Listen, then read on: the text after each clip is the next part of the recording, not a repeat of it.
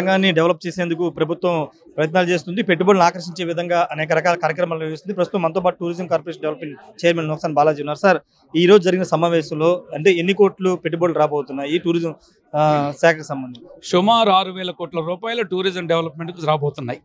ఎందుకంటే అద్భుతమైన అవకాశాలు ఉన్నాయి. బీచ్ 974 కిలోమీటర్ల తీర ప్రాంతం ఉంది, టెంపుల్స్ ఉన్నాయి, బుద్ధిస్ట్ సర్క్యూట్స్ ఉన్నాయి.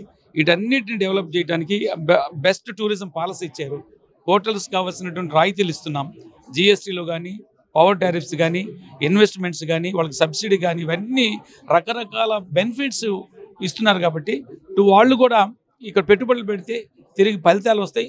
తద్వారా రాష్ట్రానికి కూడా ప్రత్యేకించి చంద్రబాబు నాయుడు గారు లాంటి విజనరీ లీడర్, చంద్రబాబు నాయుడు గారు లాంటి అభివృద్ధి కాముకుడు, చంద్రబాబు నాయుడు గారంటి సంక్షేమ అభివృద్ధి రంగాలన్నింటినీ మేళవించి ఒక అద్భుతమైన ప్రయోగం చేసి ఆంధ్ర రాష్ట్రాన్ని భారతదేశంలో అగ్రగామిగా నిలబెట్టే స్థాయి, సమర్థత, ఆ విజ్ఞానం ఉన్నటువంటి చంద్రబాబు నాయుడు గారు అద్భుతమైన పాలసీ తీసుకొచ్చారు. కాబట్టి మనం పెట్టుబడులు పెడితే భరోసా ఉంటుంది, పెట్టుబడులకి ఒక మంచి అవకాశాలు ఉంటాయి, ప్రాఫిట్స్ కావాలి కదా. ఏ ఇన్వెస్టర్, ఏ ఎంటర్ప్రెన్యూర్ అయినా ఒక ఇన్వెస్ట్ చేస్తున్నారంటే.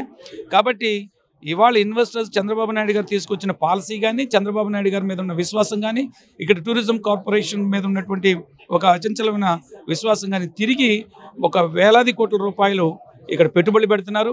ఆంధ్రప్రదేశ్ టూరిజంలో కంట్రీలో నంబర్ 1గా తయారవుతుంది. అందువలన ఈ సెషన్ ఒక అద్భుతమైన అవకాశం.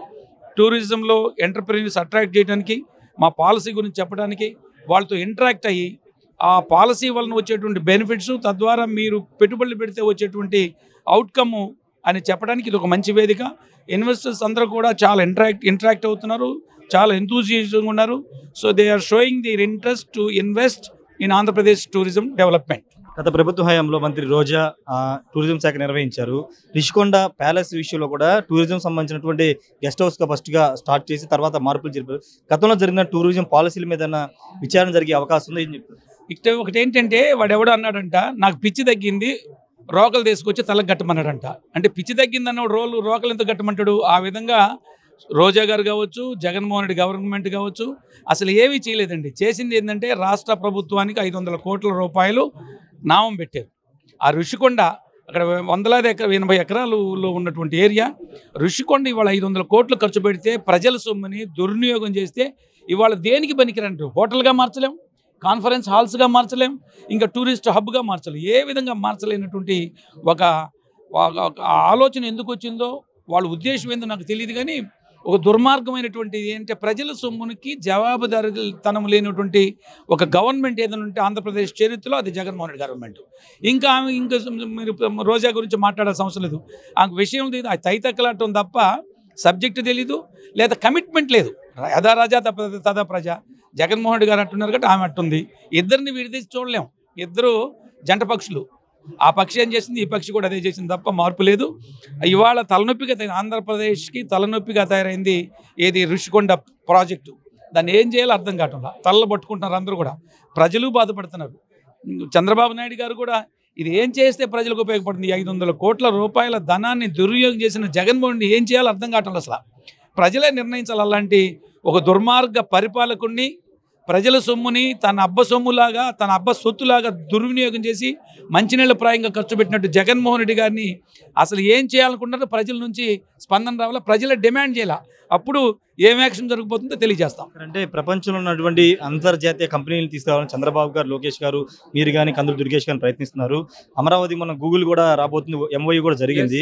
కానీ పక్కన ఉన్న తెలంగాణ రాష్ట్రానికి సంబంధించిన మంత్రి పొంగులేటి శ్రీనివాసరెడ్డి మాత్రం ఆంధ్రప్రదేశ్లో పెట్టుబడి పెట్టడానికి అంత ఆసక్తి లేదు. చంద్రబాబు ఏదో చెప్తున్నారు కానీ పెట్టుబడిదారులందరూ తెలంగాణ వైపు, హైదరాబాద్ వైపు, బెంగళూరు వైపు చూస్తున్నారని కామెంట్.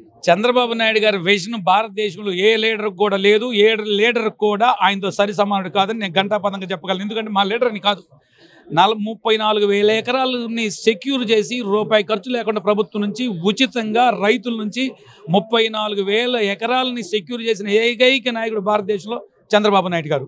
ఇవాళ 15,000 కోట్ల రూపాయలకి నిన్న వాటి శాంక్షన్స్ ఎట్లా చేయాలో, దేనికి ఎంత కేటాయింపులు కూడా చెప్పడం జరిగింది.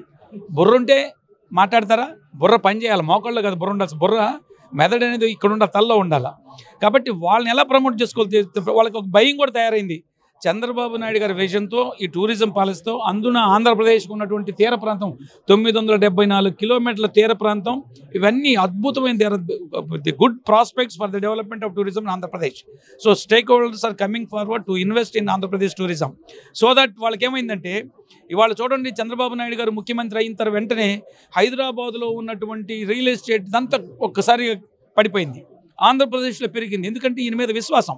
గతంలో జగన్మోహన్ రెడ్డి గారు ఉన్నందు వలన ఈ ఆంధ్రప్రదేశ్లో ఉన్న రియల్ ఎస్టేట్ ఇదంతా పడిపోయి ₹1 కోటి ఉన్నది 15 కోట్లకి వెళ్ళింది. ఇవాళ అక్కడ ఆగిపోయింది. అమ్మేవాళ్ళు లేడు, కొనేవాళ్ళు లేడు. 15 కోట్ల నుంచి వాళ్ళ దగ్గర 15 కోట్లు పెట్టడానికి ఈడు రాడు. అందరూ they are coming to Andhra Pradesh, Amaravati. కాబట్టి దాన్ని ఒక్కదాన్ని చూస్తే చాలు. పొంగులేటి శ్రీనివాసరెడ్డి గారు నేనేమంటానంటే ఒకసారి ఆలోచించాలా. అటు బారు ఇటు వస్తారు, నువ్వేం చేయగలవో చెప్పుకో. ఆంధ్రప్రదేశ్ నేను తెలంగాణలో ఉండదని చెప్పటంలా, ఆంధ్రప్రదేశ్లో జరగబోయే చెబుతున్నా. Andhra Pradesh number 1 in the country అని చెబుతున్నా. చంద్రబాబు నాయుడు గారి నాయకత్వంలో విజనల్ లీడర్లు ఆయన ఆలోచనతో ఆయన మేధస్సు నుంచి పుట్టిన ఈ అద్భుతమైన టూరిజం పాలసీ వలన అద్భుతమైన ఆ భారతదేశంలో ఒక నంబర్ 1 స్టేట్ కాకపోతే వితిన్ 6 monthsలో దాని అట్రాక్షన్స్ దాని డెవలప్మెంట్ మీరు చూస్తారు. పొంగులేటి సుధాకర్ రెడ్డి అప్పుడు తల ఎక్కడ పెట్టుకుంటారో ఆలోచించండి. సార్, ఖచ్చితంగా టూరిజం పాలసీ సంబంధించిన విషయంలో వేల కోట్ల పెట్టుబడులు రాబోతుందని చెప్తున్నారు. ఏ రాష్ట్రానికి లేనటువంటి కోస్టల్ ఏరియా కానీ ఇక్కడ వసతులన్నీ ఉన్నాయని చెప్తున్నారు. గత ప్రభుత్వం జరిగినటువంటి టూరిజం సంబంధించినటువంటి పాలసీ విషయంలో చాలా అవకతవకలు జరిగాయి. ముఖ్యంగా రిషికొండ ప్యాలెస్ సంబంధించిన విషయంలో టూరిజం సంబంధించినట్టు ఏం చేయాలనే దానిపైన రాష్ట్ర ముఖ్యమంత్రి అందరూ కూడా తలబట్టుకున్న పరిస్థితి. కాబట్టి ఖచ్చితంగా వాటి మీద కూడా విచారణ ఉంటుందని చెప్తున్నారు. మరోవైపు తెలంగాణ మంత్రి పొంగులేటి శ్రీనివాసరెడ్డి చేసిన వ్యాఖ్యల మీద కూడా ఒకసారి బాగా స్పందించారు. వాళ్ళు ఏం చేస్తారో చెప్పుకోవాలి కానీ ఇక్కడ పెట్టుబడులు రావు, అనుకూలత లేని చెప్పడం కరెక్ట్ కాదు. వచ్చే 6 నెలల్లో ఆంధ్రప్రదేశ్ రాష్ట్రం భారతదేశంలోనే పెట్టుబడుల్లో నెంబర్ 1 స్థానంలో ఉంటుంది. అప్పుడు పొంగులేటి శ్రీనివాసరెడ్డి మొహం ఎక్కడ పెట్టుకుంటారో అప్పుడే చూస్తామని కూడా నోకసాని బాలాజీ చెప్తున్నారు. Camera person శ్రీనివాస్తో Rayesh RT, Vijayawada నుండి. మరిన్ని వీడియోస్ కోసం ఛానల్ ని సబ్స్క్రైబ్ చేయండి. లేటెస్ట్ అప్డేట్స్ కోసం వాట్సాప్ ఛానల్ ని ఫాలో అవ్వండి. ఆ లింక్ డిస్క్రిప్షన్ లో ఉంది.